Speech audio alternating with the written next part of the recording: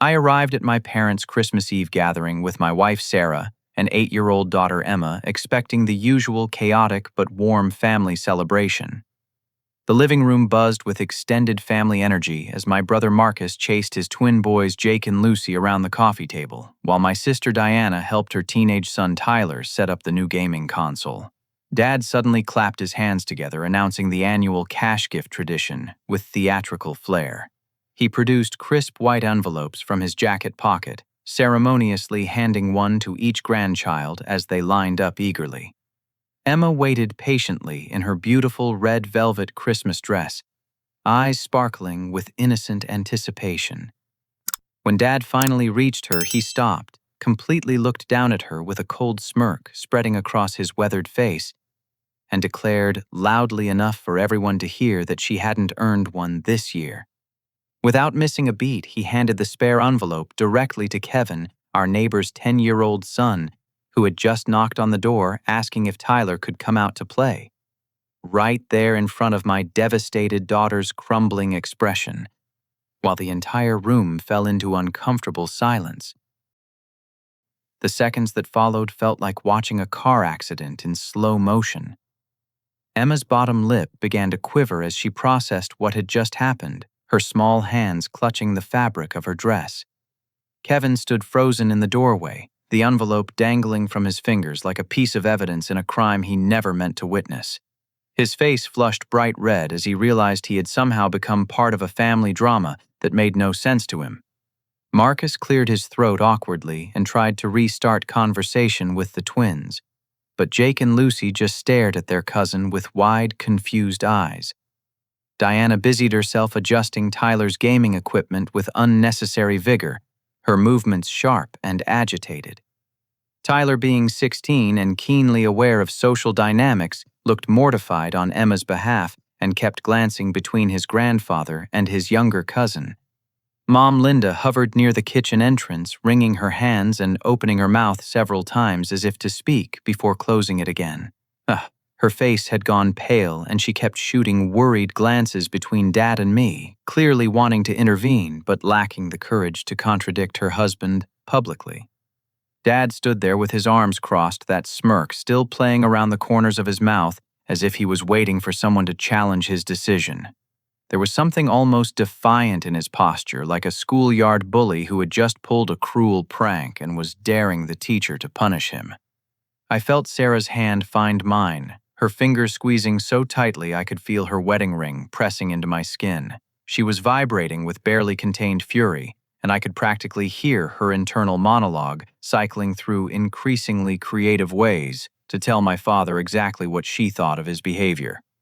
The silence stretched on until it became unbearable. Finally, I took a deep breath and spoke in the calmest voice I could manage. "Well, I think we should probably head home. Emma still needs to put out cookies for Santa, don't you, sweetheart?" Emma nodded mutely, not trusting her voice. I could see her fighting back tears with the kind of determined dignity that broke my heart. She had inherited my stubborn pride, which meant she would rather bite her tongue off than let anyone see her cry over this humiliation. I helped Emma into her winter coat, taking extra care with the zipper and making sure her scarf was properly arranged, giving us both time to compose ourselves. Sarah gathered our gifts and her purse with mechanical precision, her movements controlled but radiating tension. "Thank you for dinner." "Mom," I said, giving her a brief hug. She felt stiff and trembling in my arms. "Dad," I added with a polite nod in his direction. He grunted something that might have been acknowledgement. Marcus finally found his voice as we headed toward the door. "Hey, Herbert, maybe we can get together this weekend? Let the kids play." "Sure," I replied, though we both knew it wouldn't happen. These family gatherings were already strained enough without trying to manufacture additional ones. The drive home was quiet except for the gentle hum of Christmas music on the radio. Emma stared out the window at the decorated houses we passed, each one twinkling with lights and wreaths and all the promise of Christmas morning magic. I watched her in the rearview mirror, noting how she kept touching the spot on her dress where the envelope should have been placed. "Daddy," she said quietly as we turned onto our street. "Why doesn't Grandpa like me?" The question hit me like a physical blow. Sarah turned in her seat to face Emma, her expression fierce with protective love. "Sweetheart, this has nothing to do with you. Sometimes grown-ups make mistakes and hurt people's feelings without thinking. Grandpa wasn't being very kind tonight. But all my cousins got money, even Kevin got money, and he's not even family." I pulled into our driveway and turned off the engine, choosing my words carefully. "Sometimes people act in ways that don't make sense, Emma. That doesn't mean there's anything wrong with you. You're smart and kind and funny, and anyone who can't see that is missing out." We went through the motions of Christmas Eve traditions. Emma put out cookies and milk for Santa, though her enthusiasm was noticeably dimmed. I read her The Night Before Christmas, while Sarah prepared hot chocolate, both of us working extra hard to restore some magic to the evening. After tucking Emma into bed and reassuring her multiple times that Santa would definitely find our house, and that Christmas morning would be wonderful, I sat with Sarah in our living room. She was curled up on the couch, still wearing her Christmas sweater, but all the festive spirit had drained out of her face. "I wanted to punch him," she said quietly. "Right there in front of everyone. I wanted to grab that envelope and shove it down his throat." I know I felt the same way. How could he do that to her? She's 8 years old, Herbert. She's never done anything to him except love him unconditionally. I pulled Sarah close, feeling the anger and hurt radiating from her body. We sat there for a long time, not talking, just processing what had happened. The Christmas tree lights cast colorful shadows on the walls, but the warmth and joy we had carefully built in our home felt fragile, now threatened by the cruelty we had witnessed. After Sarah fell asleep, I found myself wide awake, staring at the ceiling and replaying the evening over and over. The more I thought about it, the angrier I became. Not just at the humiliation, but at the pattern of behavior it represented. This wasn't the first time Dad had singled Emma out for harsh treatment. There had been other incidents, smaller ones that I had excused or overlooked. At 2 a.m, I got up and went to my home office. I opened my laptop and began methodically reviewing our family's financial arrangements. Most people didn't know the extent to which my parents depended on me. Over the past few years, I had gradually taken on more and more responsibility for their bills and expenses. I started with the easy ones. I logged into our shared cell phone account and removed their lines, making a note to myself to call in the morning and set up separate service for them. I canceled the Netflix and Hulu subscriptions that I paid for, but they used. I removed my name from their emergency credit card, the one I had co-signed for when Dad's credit took a hit during his forced early retirement. Then I moved on to the bigger items. The joint savings account we had set up for their emergencies contained over $30,000, most of it money I had contributed over the past 2 years. I transferred my contributions back to my personal account, leaving only their original deposit. The most significant change was removing myself as the authorized user and bill pay manager for their checking account. I had been handling their mortgage payments, utilities, and insurance premiums because Dad claimed he kept forgetting due dates. Without my management, they would have to take responsibility for their own financial obligations again. Finally, I updated the power of attorney documents that gave me legal authority to handle their affairs. Dad had insisted on this arrangement 18 months ago after what he called some confusion with bill paying, though I suspected the truth was more serious than he wanted to admit. By 4 a.m, I had systematically removed myself from every shared financial arrangement we had. It felt like untangling a complex web one thread at a time. As I worked, I realized just how much of my own financial stability I had quietly sacrificed to keep my parents afloat. When I finally went back to bed, I felt something I hadn't experienced in months, the absence of that constant low-level anxiety about whether my parents would be able to make ends meet. For the first time in years, their financial problems would be their own to solve. I set my phone alarm for 7:30 and tried to get a few hours of sleep. Tomorrow was Christmas Day, and I was determined that Emma would have the magical morning she deserved, regardless of what chaos might be erupting at my parents' house. Christmas morning arrived with Emma's excited squeals echoing through the house at exactly 6:15, her internal clock apparently unaffected by the previous evening's drama. Sarah and I stumbled downstairs to find her sitting cross-legged in front of the tree, hands clasped behind her back, in a display of admirable self-control as she waited for permission to begin unwrapping. The next few hours were exactly what Christmas should be. Emma's joy was infectious as she tore through wrapping paper, discovering the art supplies and books we had carefully chosen. Sarah made her famous cinnamon rolls while I assembled Emma's new bicycle. And for a while, the ugliness of Christmas Eve felt like something from another lifetime. My phone had been buzzing intermittently since 8 o'clock, but I ignored it completely. Whatever crisis was developing at my parents' house could wait until after Emma had finished opening presents and we had eaten breakfast together as a family. Around 10:30, curiosity finally got the better of me. I had 17 missed calls, 12 from Dad, 3 from Mom, and 2 from Marcus. There were also numerous text messages which became increasingly frantic as the morning progressed. Dad's first message, sent at 8:07, was typically terse. "Something wrong with bank card. Call me." By 9:15, his text had become more urgent. "Herbert, serious problem with accounts. Need you to fix this immediately." Mom's messages were more emotional. "Honey, please call. Your father is getting very upset and I don't understand what's happening with our money." Marcus had sent 2 messages that made my blood pressure spike. "What did you do to Mom and Dad's accounts? Dad called me screaming about you sabotaging them. Fix this now." I was about to respond when my phone rang again. This time it was an unknown local number. "Mr. Patterson. This is Jennifer from First National Bank. I have your parents here and they're trying to make a large grocery purchase, but their primary card is being declined. They mentioned you might be able to help clarify their account status." I could hear Dad's raised voice in the background, though I couldn't make out specific words. Mom was clearly trying to calm him down, her voice high and strained. "I'm sorry, but I'm no longer associated with their accounts as of last night," I told Jennifer. "They'll need to speak with someone about their individual account balances and restrictions." "Oh. Well, they seem to think there's been some kind of mistake or fraud." "There's no fraud involved. I simply removed my name from accounts where I was previously an authorized user. They should contact their primary account manager on Tuesday when the bank reopens."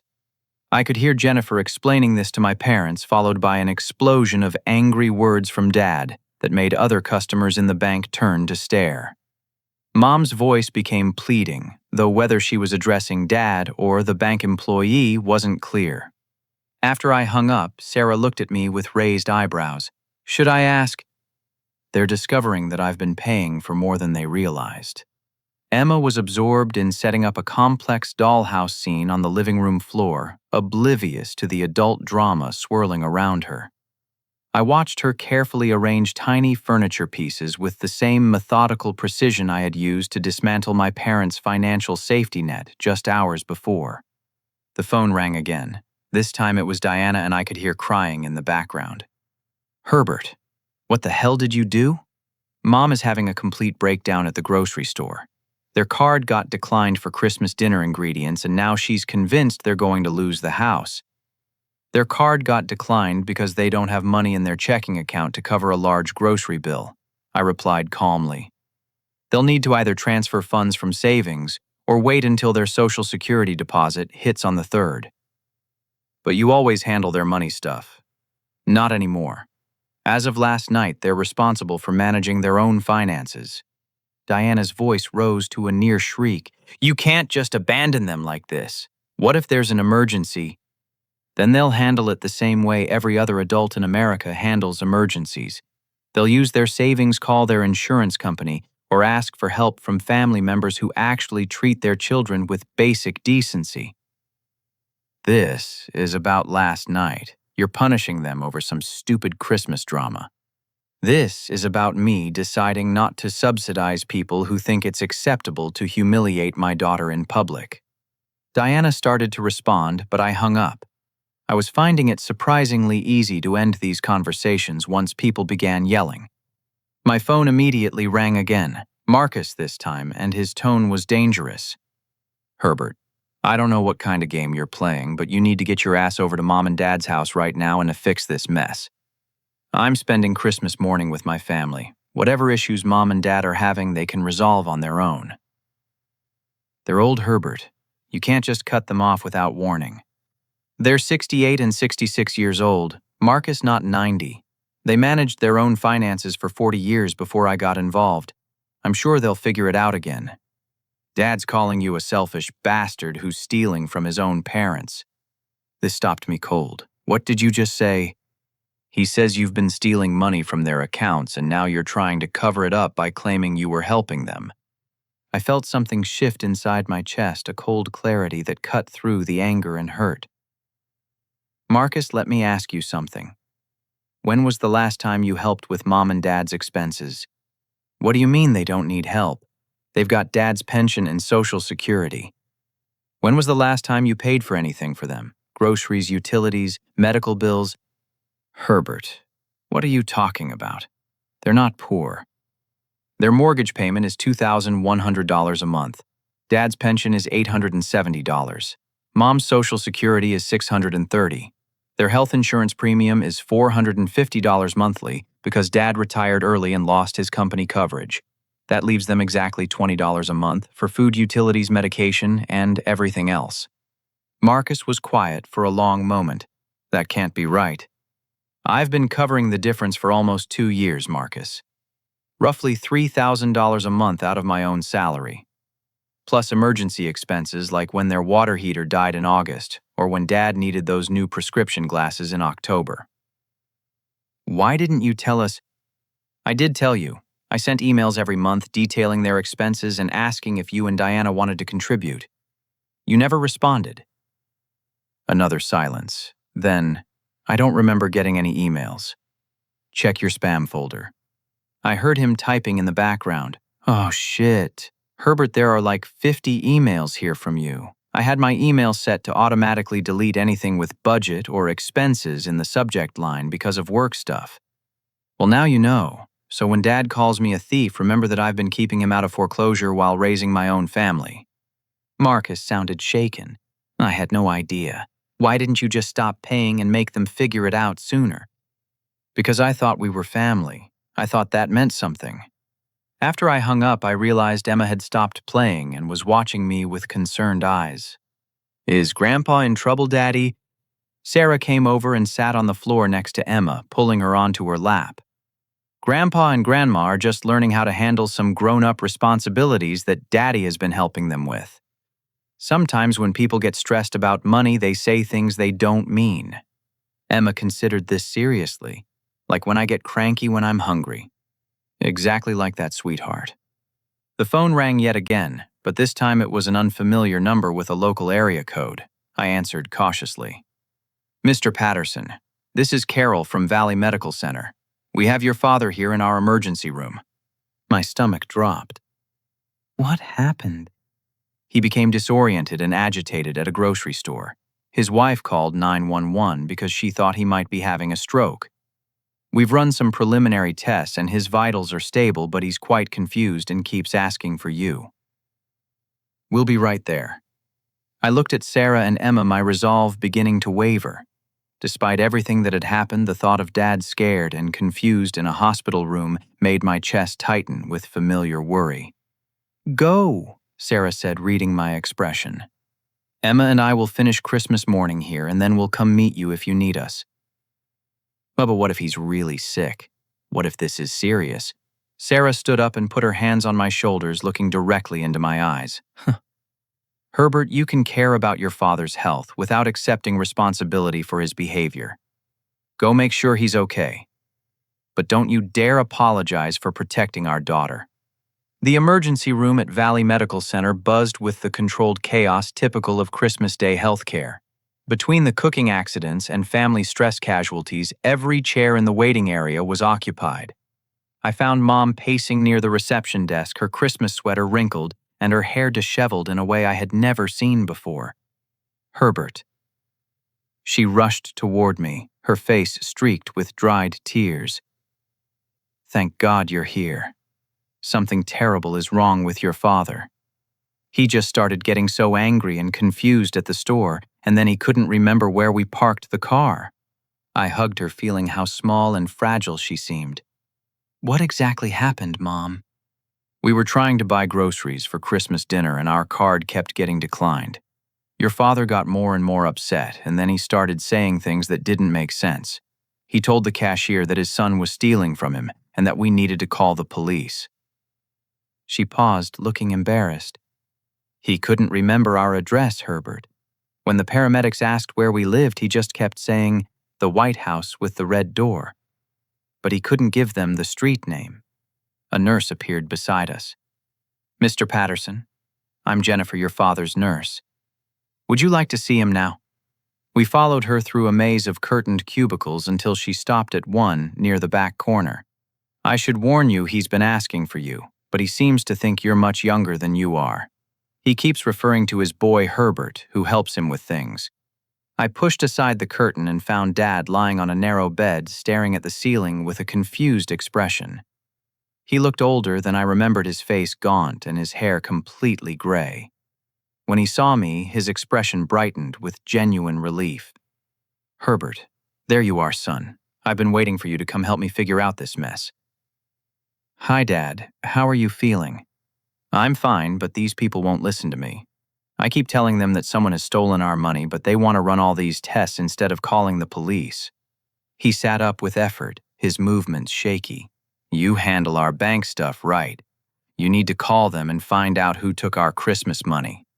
I glanced at Mom, who was wringing her hands again. This was worse than I had imagined. Dad, do you remember what happened at the grocery store? His face clouded over.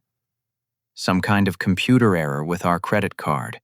But then Linda got all upset and called the ambulance for no reason. I tried to tell her I was fine, but she wouldn't listen. A doctor appeared at the foot of the bed, a woman in her 50s with kind eyes and a no-nonsense demeanor. Mr. Patterson, I'm Dr. Martinez. I've been caring for your father this afternoon. She gestured for me to follow her a few feet away from the bed. I understand you're listed as his emergency contact and medical proxy. Yes, that's correct. When did you first notice signs of cognitive decline? The question hit me like a physical blow, even though I had been dreading it for months. Probably about 18 months ago. He started forgetting appointments and having trouble managing bills. It's been gradual but consistent. Dr. Martinez nodded. Has he been evaluated by a neurologist? Sadis. Yes. Dr. Chen at the Memory Care Institute downtown. He was diagnosed with early-stage dementia about 14 months ago. Mom gasped behind me. What, Herbert? What are you talking about? Dr. Martinez looked confused. Mrs. Patterson, weren't you present for that diagnosis? Mom shook her head frantically. I don't know what Herbert is talking about. Nobody ever said anything about dementia. I felt the floor shifting underneath me as I realized the scope of the problem. Mom, you were there. We all sat in Dr. Chen's office together. You asked about medication options. I was never at any doctor's appointment with you and your father. You two always went alone because you said it was men's business. Dr. Martinez looked between us with growing concern. Mr. Patterson, I need to understand the family dynamics here. Who has been managing your father's medical care? I have. I take him to all his appointments, manage his medications, and coordinate with his specialists. And Mrs. Patterson, you weren't aware of your husband's diagnosis. Mom's voice rose to a near shriek. What diagnosis? Herbert stopped saying that word. Your father is just stressed about money problems. Marcus and Diana arrived at that moment, having apparently received their own call from the hospital. They pushed through the curtain, looking harried and worried. What's going on? Diana demanded. Is Dad okay? Marcus immediately confronted me. The nurse said something about you being his medical proxy. Since when? Dr. Martinez held up her hand. I think we need to have a family meeting. There seems to be some confusion about Mr. Patterson Sr.'s medical status. She led us to a small conference room down the hall while Dad remained under observation. Once we were all seated around a rectangular table, she opened a thick medical file. I've reviewed your father's records from our system. Herbert, you're listed as his primary emergency contact medical decision-maker and healthcare proxy. These documents are dated 14 months ago and appear to be properly executed. She turned to Mom. Mrs. Patterson, according to these records, you declined to participate in medical decision-making and requested that your son handle all healthcare matters. Mom looked genuinely bewildered. I never said that. I would never say that. Dr. Martinez consulted her notes. The documentation shows that you stated you were too emotional about medical things and preferred to let Herbert deal with the doctor stuff. Marcus leaned forward aggressively. This doesn't make sense. Herbert, what the hell have you been doing behind our backs? I've been taking care of Dad because somebody had to, and nobody else was willing to step up. Diana's voice was sharp with accusation. Taking care of him, what's all this about medical proxies and decisions? Dr. Martinez intervened before I could respond. Let me share what I see in these records, and perhaps we can clear up the confusion. She opened the file and began reading from a timeline of entries. 14 months ago, your father was brought to Dr. Chen after episodes of confusion and memory loss. Initial cognitive testing revealed significant decline consistent with early-stage dementia. Mom gasped again, but Dr. Martinez continued. Herbert has been present for every appointment since then. Your father's condition has progressed slowly but steadily. He's been prescribed medication to slow cognitive decline, and Herbert has been managing a complex care plan. She looked up at Marcus and Diana. I see no record of either of you being involved in his medical care. Marcus shifted uncomfortably. We didn't know he was sick. According to the notes here, Herbert has been sending you monthly updates about your father's condition and care needs. There are copies of emails in the file. Diana looked stricken. I thought those were just Herbert being overdramatic about Dad getting older. Dr. Martinez closed the file. What happened today was likely triggered by stress and confusion, but it's also consistent with his condition progressing. The financial disruption he experienced this morning would be particularly disorienting for someone with dementia. She looked directly at me. Herbert, can you explain what changed about his financial situation today? I took a deep breath and explained the previous night's events, ending with my decision to remove myself from their accounts. As I talked, I watched my siblings' expressions change from anger to confusion to something approaching horror. Marcus was the first to speak. You've been paying their bills for 2 years. Most of them, yes. Diana's voice was small. We didn't know. Dr. Martinez leaned back in her chair. This explains the crisis that triggered today's episode. For someone with dementia, financial confusion can be extremely frightening and disorienting. She looked around the table. I think this family needs to have some honest conversations about care responsibilities and support systems. Your father's condition will continue to deteriorate, and he'll need increasing levels of assistance. Mom finally spoke, her voice barely a whisper. You're saying my husband has dementia and I didn't even know? Mrs. Patterson, it's not uncommon for family members to be in denial about cognitive decline, especially when it happens gradually. But yes, your husband has been living with a dementia diagnosis for over a year. The room fell silent except for the sound of Mom crying quietly into her hands.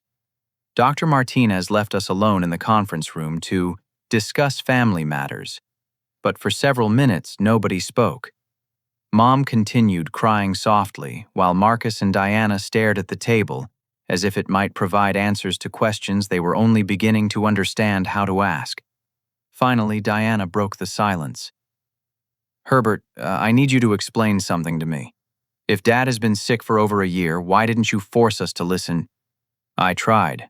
I sent detailed emails every month explaining his condition, his medications, his appointments. I called you both multiple times asking for help with care decisions. Marcus looked up sharply. You called me about Dad. 6 times in the past 4 months alone. You always said you were too busy with work to talk about family drama. I thought you meant normal father-son personality conflicts, not medical issues. Diana pulled out her phone and began scrolling through her email. Oh my God, Herbert, there are dozens of messages here. Look at these subject lines. Dad's memory issues worsening and need family meeting about care options and Dad's medication schedule. She looked up at me with dawning horror. I deleted these without reading them. I thought you were being controlling about Mom and Dad's lives. Marcus had his own phone out now. Jesus. Here's one from 3 months ago titled, Dad got lost driving to pharmacy. I marked it as spam. Mom raised her head from her hands. Herbert, honey, I'm so confused. When did all this happen?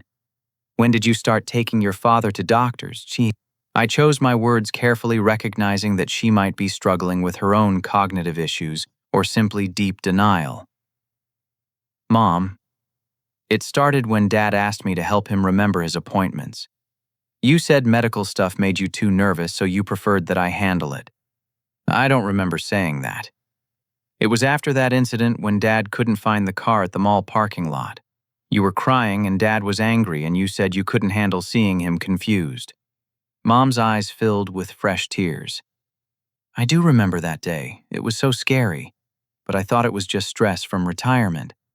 Diana leaned forward. Mom, didn't you notice changes in Dad's behavior at home?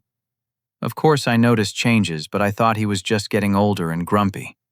Men his age get set in their ways. Marcus ran his hands through his hair. This is insane. Herbert, how did you manage all this while working full-time and raising Emma? I didn't have a choice. Someone had to do it. But why didn't you make us help? Because every time I tried to involve you, you acted like I was overreacting or trying to create drama. It was easier to just handle things myself. Dr. Martinez returned with a social worker, a woman named Patricia, who looked like she had seen every possible family crisis in her 20-year career. I've reviewed the situation with Dr. Martinez, Patricia said, settling into a chair across from us. There are some things we need to clarify about your father's care and safety. She opened her own folder. Herbert, I see that you've been managing not just medical care but also financial oversight due to your father's diminished capacity. That's correct. Can you explain why you removed yourself from his accounts today? I glanced around the table at my family, then decided on complete honesty. Yesterday evening, my father deliberately humiliated my 8-year-old daughter in front of the entire family. He singled her out for cruel treatment while rewarding every other grandchild. I decided I was no longer willing to financially support people who treat my child with such cruelty. Patricia nodded. That's understandable. However, from a safety perspective, your father's cognitive condition makes him vulnerable to financial exploitation and poor decision-making. Marcus looked confused. What kind of poor decisions? Patricia consulted her notes. According to the medical records, your father has nearly fallen victim to several scams in recent months. Phone calls promising lottery winnings, emails requesting bank information, door-to-door salespeople offering overpriced home repairs. Diana gasped. We didn't know about any of that. Herbert has been protecting him by monitoring his finances and intercepting these attempts. She looked directly at me. Herbert, removing all financial oversight simultaneously could put your father at serious risk. I understand that, but I can't continue to sacrifice my family's well-being and my daughter's emotional health to protect people who don't appreciate the help. Mom spoke up suddenly. Herbert, what do you mean we don't appreciate your help? I appreciate everything you do. Mom, yesterday Dad called my daughter worthless in front of 20 people. You sat there and said nothing. I was shocked. I didn't know what to say. You could have said that's not okay or don't speak to my granddaughter that way. Instead, you remained silent while he humiliated a child. Patricia held up her hand. Let's focus on moving forward constructively. Your father needs a comprehensive care plan that involves the entire family, not just Herbert. She pulled out a legal pad. First, we need to establish who will be responsible for medical decisions, financial oversight, and daily care coordination. Marcus shifted uncomfortably. What does that actually involve? Medical decisions include attending doctor appointments, managing medications, and making treatment choices as his condition progresses. Financial oversight means monitoring bank accounts, paying bills, and protecting him from scams. Daily care coordination includes transportation, meal planning, and ensuring home safety. Diana looked overwhelmed. Herbert's been doing all of that alone. Patricia nodded. According to these records, yes, which is unusual and frankly unsustainable for one person. She turned to Mom. Mrs. Patterson, are you comfortable taking on some of these responsibilities? Mom wrung her hands again. I don't know anything about medical stuff, and I get so anxious about money. Those are learnable skills, but they do require commitment and emotional stability. Marcus leaned forward. What happens if we can't figure this out? If your father lacks adequate family support and his condition continues to decline, adult protective services may need to intervene to ensure his safety and well-being. The room fell silent as the implications sank in. Diana was the first to respond. We can't let that happen. Herbert, what do you need from us? I looked around the table at these people who had been virtual strangers to Dad's real situation for over a year. I need you to acknowledge that Dad has a serious medical condition that requires ongoing family support. I need you to participate in care decisions instead of leaving everything to me. And I need you to understand that I will not continue to enable the financial arrangement unless Dad's behavior toward my family changes. Marcus nodded slowly. What does participation actually look like? It means coming to doctor appointments sometimes. It means helping with transportation when I can't do it. It means contributing financially to his care costs instead of assuming I'll handle everything. Patricia made notes as I spoke. Those are all reasonable expectations. Mrs. Patterson, how do you feel about learning to manage some of your husband's care needs? Mom looked frightened but determined. If my husband is really sick, then I want to help take care of him. I just don't know how. There are resources available. Support groups for caregivers, educational programs about dementia, and professional services to help with care planning. She turned back to me. Herbert, would you be willing to continue in a care coordination role if you had more family support and participation? I thought about Emma's tearful face the night before then, about Dad lying confused and scared in that hospital bed. I need to see genuine changes in how my family is treated before I make any commitments. Patricia nodded. That's fair. Let's start by establishing immediate safety measures, and then we can work toward a long-term plan that works for everyone. As she began outlining next steps, I realized that for the first time in over a year, I wasn't carrying the entire burden of Dad's illness alone. It felt strange and unfamiliar, but also like the beginning of something that might actually be sustainable. Patricia spread several documents across the conference table, each one representing a different aspect of Dad's care that I had been managing in isolation. The medical records alone formed a stack nearly 2 inches thick. I want everyone to understand the scope of what Herbert has been handling, Patricia said, opening the first folder. These are medication schedules, appointment summaries, insurance communications, and care coordination notes spanning 14 months. She handed Marcus a document. This is a typical monthly summary that Herbert has been sending to family members. Can you read the first paragraph aloud? Marcus cleared his throat and began reading. Dad had another episode of confusion this week when he couldn't remember how to use the coffee maker. Dr. Chen is adjusting his medication dosage and wants to schedule additional cognitive testing. I've arranged for a safety evaluation of the house and recommend removing the gas stove. Dad nearly left a burner on overnight last Tuesday. He stopped reading and looked up at me with a stricken expression. Herbert, this is from 8 months ago. Dad was having safety issues 8 months ago. The coffee maker incident was minor compared to some other things. He got lost walking to the mailbox 3 times in 1 week. I had to install motion sensor lights around the house and ask the neighbors to call me if they saw him wandering. Diana grabbed another document from the pile. This one is titled Emergency Contacts and Medical History Summary. Oh my God, Herbert, look how detailed this is. She began reading sections aloud.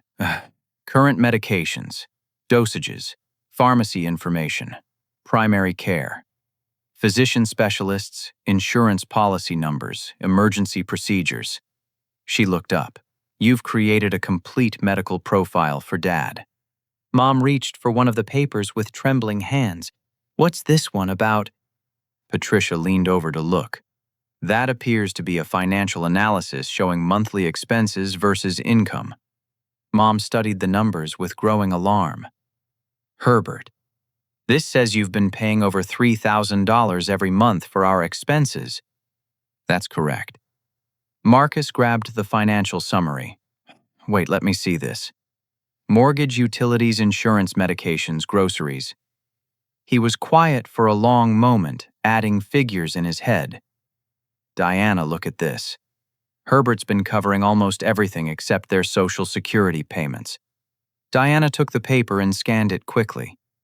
The grocery bills alone are $400 a month, and these medication costs. Dad's prescriptions cost $800 monthly. Insurance only covers about 60% of his dementia medications, I explained. The newer drugs are extremely expensive. Patricia pulled out another folder. This contains correspondence Herbert has sent to various family members over the past year. Would you like to review some of these? Marcus nodded reluctantly. Patricia handed him a printed email dated 6 months earlier. Subject line, urgent, family, meeting needed. Marcus read, Marcus and Diana, I need to discuss Dad's declining condition with you both. He had a serious incident yesterday where he couldn't remember Mom's name for several hours. Dr. Chen wants to discuss long-term care options, and I think we need to make some decisions as a family about his safety and supervision. Marcus stopped reading. I never saw this email. Check your response, Patricia suggested. Marcus scrolled through his phone. There's no response. It looks like it went to my spam folder along with everything else. Diana was looking through her own phone with growing horror. Herbert, there are 47 emails from you about Dad's care. 47. And I didn't read a single one. She held up her phone. Look at these subject lines. Dad forgot how to drive home from church. Insurance denied coverage for physical therapy. Need help with weekend supervision. Her voice cracked. You were asking for help with weekend supervision. What does that mean? It means Dad can't be left alone for more than a few hours. Someone needs to check on him. Make sure he takes his medications, ensure he doesn't try to drive when he's confused. Mom looked bewildered. Herbert, I leave your father alone all the time. I go grocery shopping, visit friends. I know, Mom. That's why I've been coming over on weekends and calling him multiple times during the week when you're out. Patricia consulted her notes. According to the care coordination records, Herbert has been providing supervision coverage approximately 15 hours per week, in addition to managing all medical and financial responsibilities. Marcus ran his hands through his hair. 15 hours a week, Herbert. How did you manage that with your job? I've been working from home more often, taking vacation days for medical appointments and using my lunch breaks to check on Dad. Sarah has been handling most of Emma's activities so I can be available for emergencies. Diana looked stricken. What kind of emergencies? Dad getting lost, medication confusion, falls, anxiety attacks when he can't remember where he is. Patricia opened another folder. These are incident reports Herbert has filed with your father's medical team. Would you like to hear a few examples? She began reading from a typed summary. September 15th. Dad called me at 2 a.m. crying because he couldn't remember how to turn off the television. September 22nd. Found Dad trying to mow the lawn at 6:30 p.m. in the dark. October 3rd. Dad called 911 because he thought someone had broken into the house. He had forgotten that Mom was visiting her sister. Mom gasped. I never knew about any of these things. Because Herbert has been handling the crises and managing Dad's anxiety so you don't have to see how bad things have gotten, Patricia explained gently. Diana was crying now. Herbert, why didn't you force us to pay attention? How was I supposed to force you? You both made it clear that family issues were inconvenient interruptions to your busy lives. Marcus looked defensive. That's not fair. Isn't it? When was the last time either of you spent more than 2 hours at Mom and Dad's house? When was the last time you noticed changes in Dad's behavior or asked questions about his health? Diana wiped her eyes. We thought everything was normal. You never said it was this serious. Patricia held up a thick folder. This contains copies of every communication Herbert sent to family members over the past 14 months. Emails, text messages, voicemails. He documented everything meticulously. She pulled out a printed email. This one is from 4 months ago. Subject: Dad's condition requires immediate family support. The first line reads, "I can no longer manage Dad's care alone. His dementia is progressing rapidly, and he needs supervision that I cannot provide while maintaining my job and family responsibilities." Marcus looked sick. I remember getting that email. I thought Herbert was being dramatic about normal aging issues. "This one is from 2 months ago," Patricia continued. Subject: emergency family meeting required. Quote, "Dad had a serious fall yesterday and spent 6 hours in the ER. He has increasing confusion and safety concerns that require family discussion and planning." Diana grabbed her phone again. "I see it. I marked it as spam because I thought Herbert was trying to control Mom and Dad's lives." Patricia closed the folder.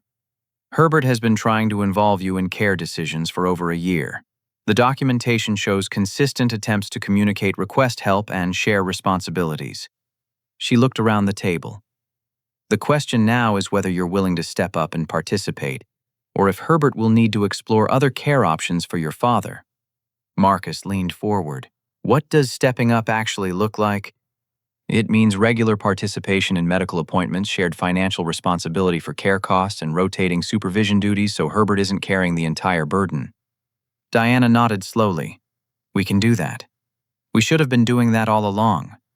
Mom spoke quietly. "I feel like I've failed my own husband. How did I not see how sick he was?" Patricia's expression softened. "Mrs. Patterson, denial is extremely common among spouses dealing with dementia. The changes happen gradually, and it's human nature to explain them away as normal aging or stress." She paused. "The important thing is that you're willing to face the reality now and participate in his care going forward." I looked around the table at these people who had been strangers to Dad's real situation for so long. For the first time in months, I felt something that might have been hope. "There's one more thing we need to address," I said quietly. "Dad's treatment of Emma. I won't continue to provide care and support if he continues to single her out for cruelty." Marcus nodded immediately. "That was completely unacceptable. We all should have said something." Diana agreed. "You're right to protect Emma. We'll make sure Dad understands that behavior toward any grandchild is not tolerated." Patricia made a note. "Family counseling might be helpful as you navigate these changes. Dementia can cause personality changes and inappropriate behavior, but that doesn't mean it should be accepted without intervention." As we prepared to leave the conference room, I realized that for the first time in over a year, I wasn't walking away with a longer list of responsibilities than I had arrived with. Instead, I was leaving with something I hadn't dared to hope for: genuine family support. Patricia led us back to Dad's room, armed with a comprehensive care plan and what felt like the first honest family communication we had shared in years.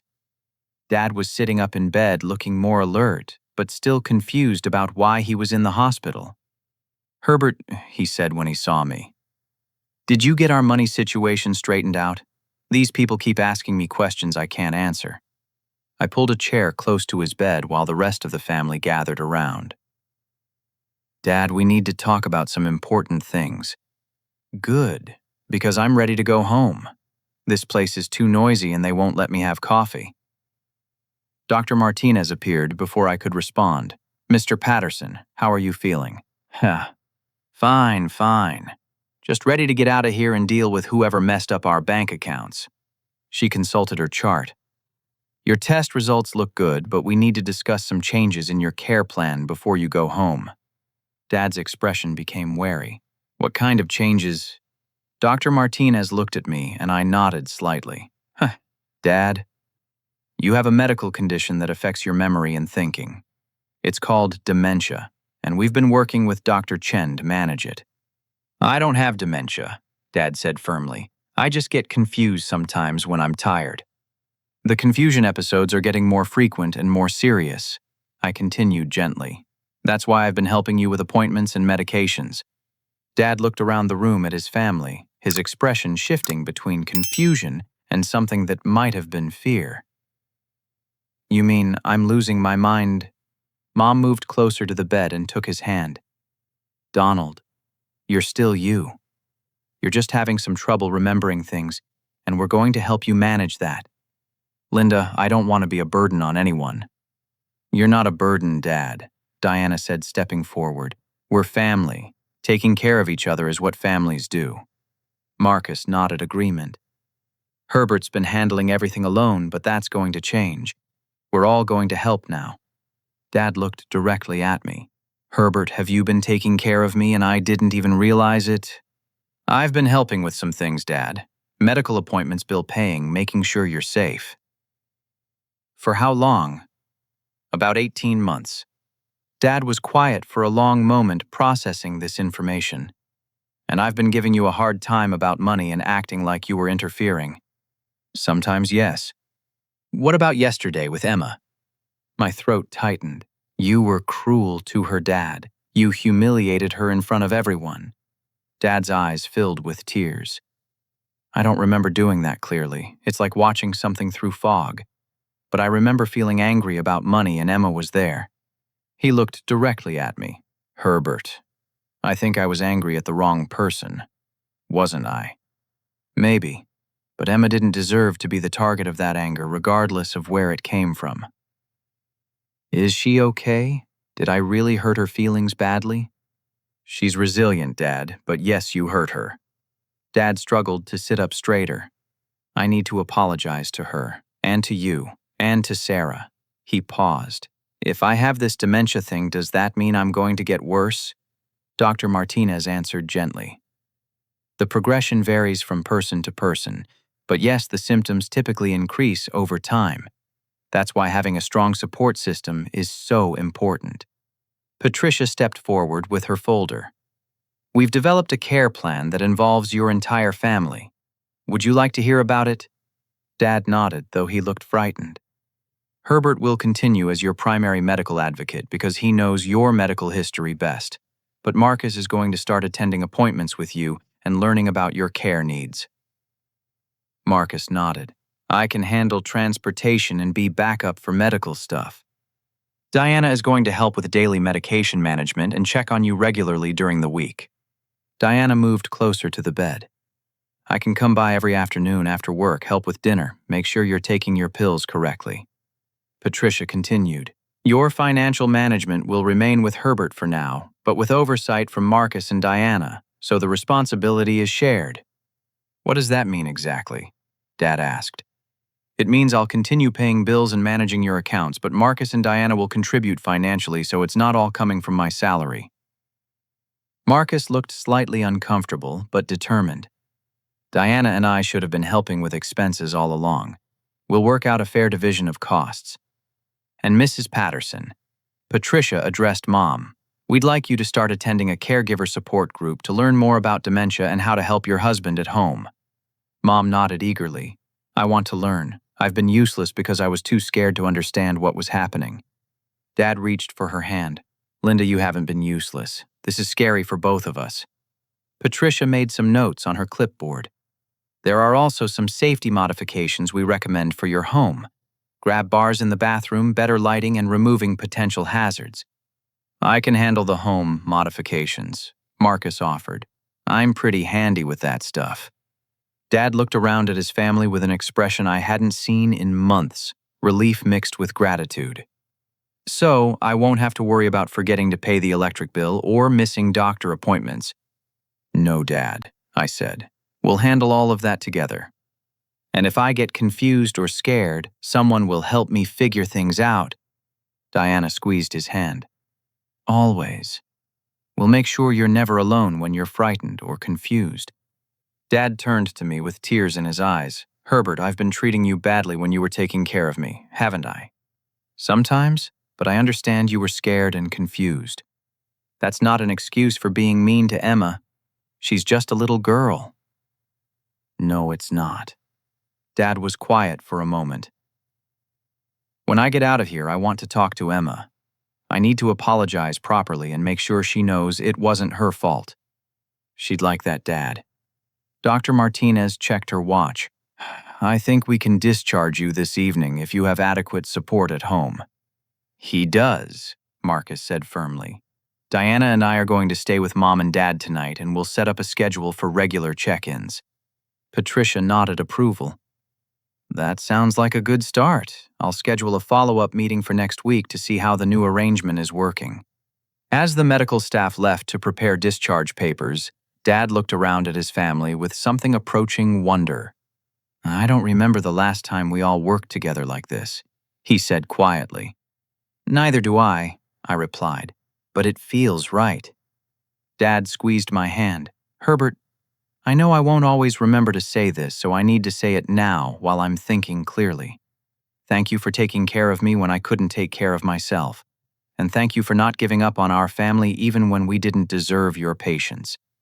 For the first time in months, I felt like I had my father back at least for this moment.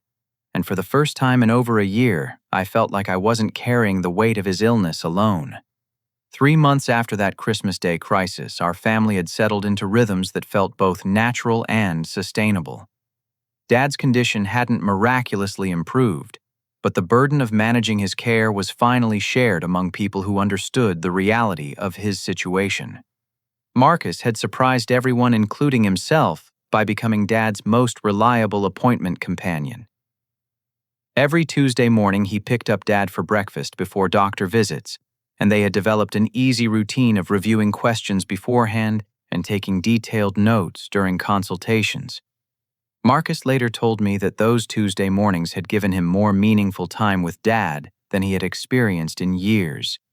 Diana had embraced the medication management role with characteristic organization, creating color-coded pill boxes and detailed schedules that even Dad found easy to follow.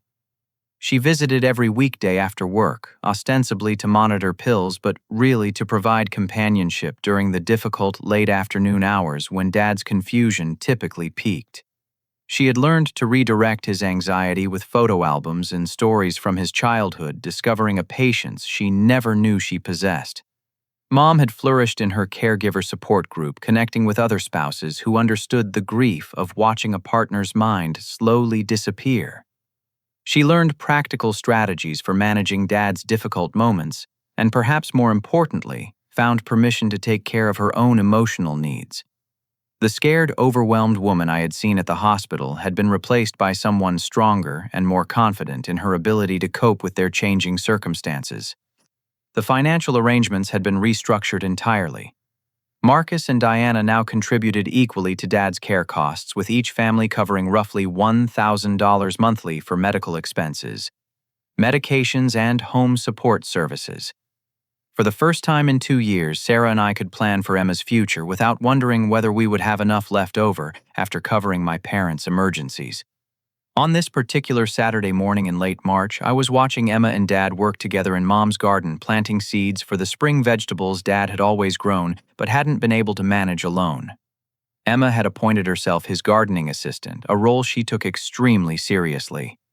Grandpa the Packet says these carrots need to be planted 1 inch deep, she informed him, measuring carefully with a small ruler. That's right, sweetheart. You're a very good helper. And we need to space them 2 inches apart so they have room to grow. Dad smiled at her precise attention to detail. Where did you learn to be so careful about measuring was? Daddy taught me that when you're building something important, you have to measure twice and cut once. I think gardens are important, so we should measure twice and plant once. Dad chuckled, the sound warm and genuine in a way I hadn't heard in months. Your daddy is a smart man. And you're smart just like him. The transformation in their relationship had been remarkable to witness. The week after Dad came home from the hospital, he had asked to speak with Emma privately. I had been prepared to supervise the conversation, but Emma had surprised me by asking if she could talk to her grandfather alone, like grown-ups do. I never learned exactly what they said to each other during that 20-minute conversation in our living room, but Emma emerged with tears in her eyes and announced that Grandpa had explained about his sick brain and how sometimes it made him say mean things he didn't really think. From that day forward, their relationship had been closer than it had ever been before. Emma seemed to understand Dad's condition in the uncomplicated way that children often grasp complex emotional situations. When he forgot her name, she gently reminded him. When he became frustrated with tasks that used to be simple, she offered to help without making him feel incompetent. When he had bad days and needed extra patience, she provided it naturally, as if loving someone through their difficulties was the most obvious thing in the world. Or, Sarah joined me on the back porch, carrying 2 cups of coffee and settling into the chair beside mine. We watched our daughter explain the importance of proper soil depth to her grandfather with the seriousness of an agricultural expert. "How are you feeling about everything?" Sarah asked quietly. I considered the question carefully. 3 months ago, I had been drowning in responsibilities that felt endless and thankless. I had been angry, exhausted, and increasingly resentful of family members who seemed oblivious to the sacrifices I was making. The crisis had forced everything into the open, but the resolution had exceeded my most optimistic expectations. "Better than I have in years," I said honestly. "I keep waiting for the other shoe to drop for someone to decide this is too much work and walk away. But so far everyone has followed through on their commitments. Even your mom." "Especially Mom. I think she was more overwhelmed and scared than anyone realized. Once she had support and information, she became Dad's most effective advocate at home." Sarah nodded. "Diana mentioned that your mom has been sharing what she learns at support group meetings with the whole family." This was true.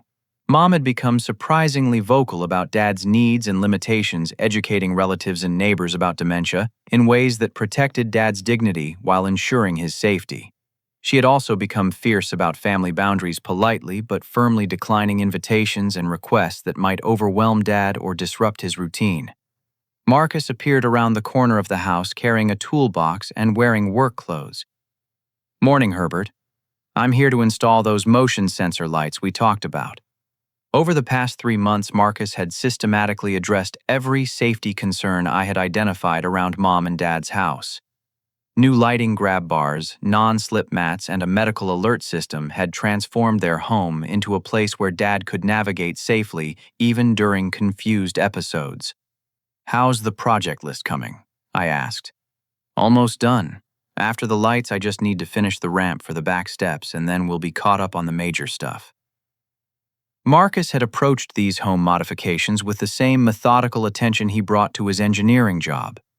Each improvement was carefully researched and expertly installed, and he seemed to take genuine pride in creating solutions that made Dad's daily life easier and safer. "Uncle Marcus," Emma called from the garden. "Come see how many seeds Grandpa and I planted." Marcus set down his toolbox and walked over to admire their work, asking Emma serious questions about her planting strategy and praising her careful spacing. Watching them together, I was struck by how much our family dynamics had improved once everyone understood what was actually happening and what needed to be done.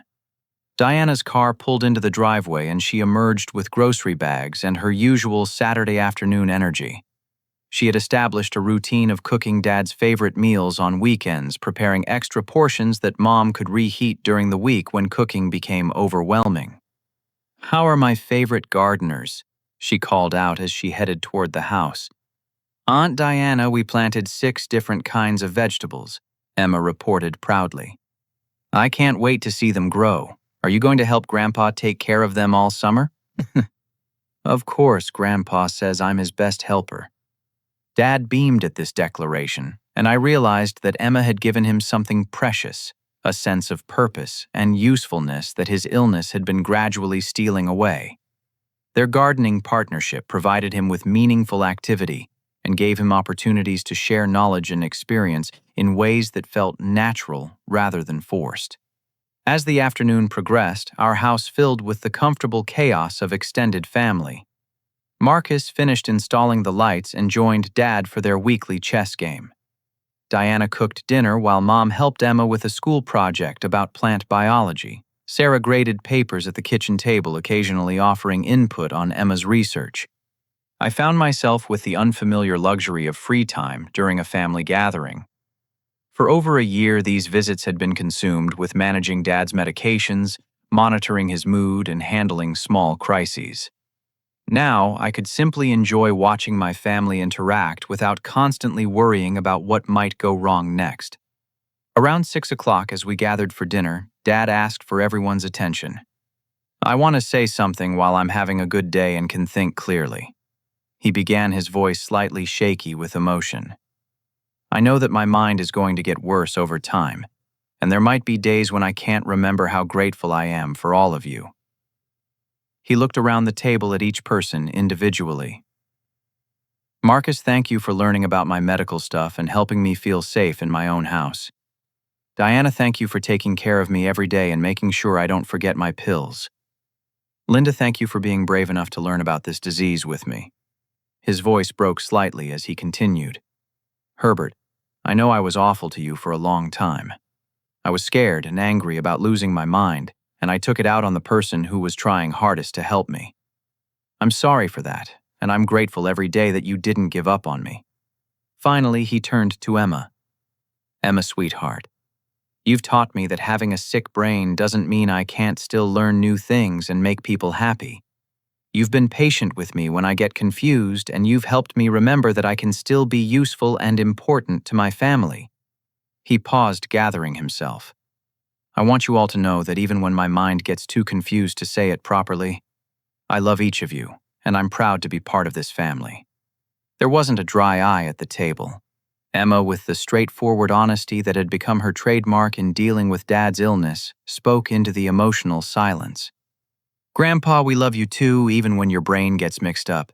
That's what families do. As we cleaned up after dinner and prepared for everyone to head home, I reflected on the journey that had brought us to this point. The crisis had been painful and frightening, but it had forced us to confront realities we had been avoiding, and to create support systems that should have been in place much earlier. More importantly, it had taught us that love isn't always easy or convenient, but it becomes more valuable when it requires sacrifice and commitment. Dad's illness had given us opportunities to demonstrate care and dedication that we might never have discovered under normal circumstances. Emma fell asleep on the couch during our post-dinner movie, curled up against Dad's shoulder while he gently stroked her hair. Watching them together, I realized that the crisis that had begun with such cruelty and humiliation had ultimately revealed the strongest and most beautiful aspects of our family's character. As Sarah and I carried our sleeping daughter to the car, Dad walked us to the door. Herbert, he said quietly, I know I won't always be able to say this, but I need you to remember something. You saved our family, not just me, but all of us. You showed us what it means to love someone unconditionally, even when they don't deserve it. Dad, you always deserved love. The illness doesn't change that. Maybe. But you loved me through the times when I couldn't love myself, and you protected your family while still protecting mine. That's the kind of man I always hoped you would become. He hugged me tightly, and for a moment he felt like the father I remembered from childhood, strong, wise, and unconditionally proud of his son. The drive home was quiet, with Emma sleeping peacefully in her car seat and Sarah holding my hand while I navigated the familiar streets. As we pulled into our driveway, Sarah squeezed my fingers. Are you happy with how everything worked out? She asked. I thought about the question seriously. 6 months ago, I had been exhausted, resentful, and increasingly isolated by caregiving responsibilities that felt overwhelming and thankless. Tonight, I felt supported, appreciated, and optimistic about our family's ability to handle whatever challenges lay ahead. I'm happy, I said finally. Not because Dad's condition improved, but because we figured out how to face it together. And I'm proud that Emma got to see what it looks like when families choose to take care of each other, even when it's difficult. Sarah smiled. She's learned some important lessons about loyalty and commitment, and about forgiveness. Dad hurt her badly, but she was willing to rebuild their relationship once she understood he was sick. That kind of emotional generosity doesn't happen by accident. As we carried Emma inside and went through our bedtime routine, I realized that the life lesson from this experience was simpler and more profound than I had initially understood. Sometimes protecting the people we love means making difficult decisions that others won't understand until later. Real family isn't about perfect relationships or easy interactions. It's about showing up when things get hard, even when your contributions aren't recognized or appreciated. Most importantly, I had learned that love isn't diminished by illness, confusion, or even temporary cruelty. It becomes more precious when it requires patience, sacrifice, and the willingness to see past someone's worst moments to remember who they really are underneath. Emma stirred as I tucked her into bed, opening her eyes just enough to mumble, "Daddy Grandpa's garden is going to be beautiful this summer." "Yes, sweetheart, it is. And we're going to help him take care of it, right?" "Absolutely. We'll help him take care of everything important." She smiled sleepily and closed her eyes again, satisfied with this promise. As I turned off her light and closed her door, I felt a deep sense of peace about the path our family had chosen. The crisis that began with financial accounts being closed had ended with emotional accounts being opened. We had learned to communicate honestly about difficult topics, to share responsibilities that had been unfairly distributed, and to support each other through challenges that none of us could handle alone. Looking back, I realized that removing my name from those bank accounts hadn't been an act of spite or revenge. It had been the catalyst that forced our family to examine our relationships, acknowledge our responsibilities, and choose to love each other more deliberately and effectively. Sometimes the most loving thing you can do is refuse to enable dysfunction, even when that refusal causes temporary pain. Sometimes protecting your own family means setting boundaries with people you love, even when they don't understand your reasons initially. But most importantly, sometimes the people who hurt us most are the ones who need our help most desperately. And finding the balance between self-protection and compassion is one of the most difficult and important skills we can develop as human beings. Have you ever had to make difficult decisions to protect your family while still caring for people who weren't treating you well? How do you balance standing up for your loved ones with maintaining relationships that matter to you? I'd love to hear your thoughts in the comments below. Thank you for following this journey with me. If this story resonated with you, please consider liking, subscribing, and sharing it with others who might benefit from hearing about the importance of family support during difficult times. Sometimes the stories that are hardest to tell are the ones that connect us most deeply to each other. I hope your own family relationships are filled with understanding, support, and the kind of love that grows stronger through challenges rather than weaker. Take care of each other and remember that every family crisis is also an opportunity to discover just how much love you're capable of sharing.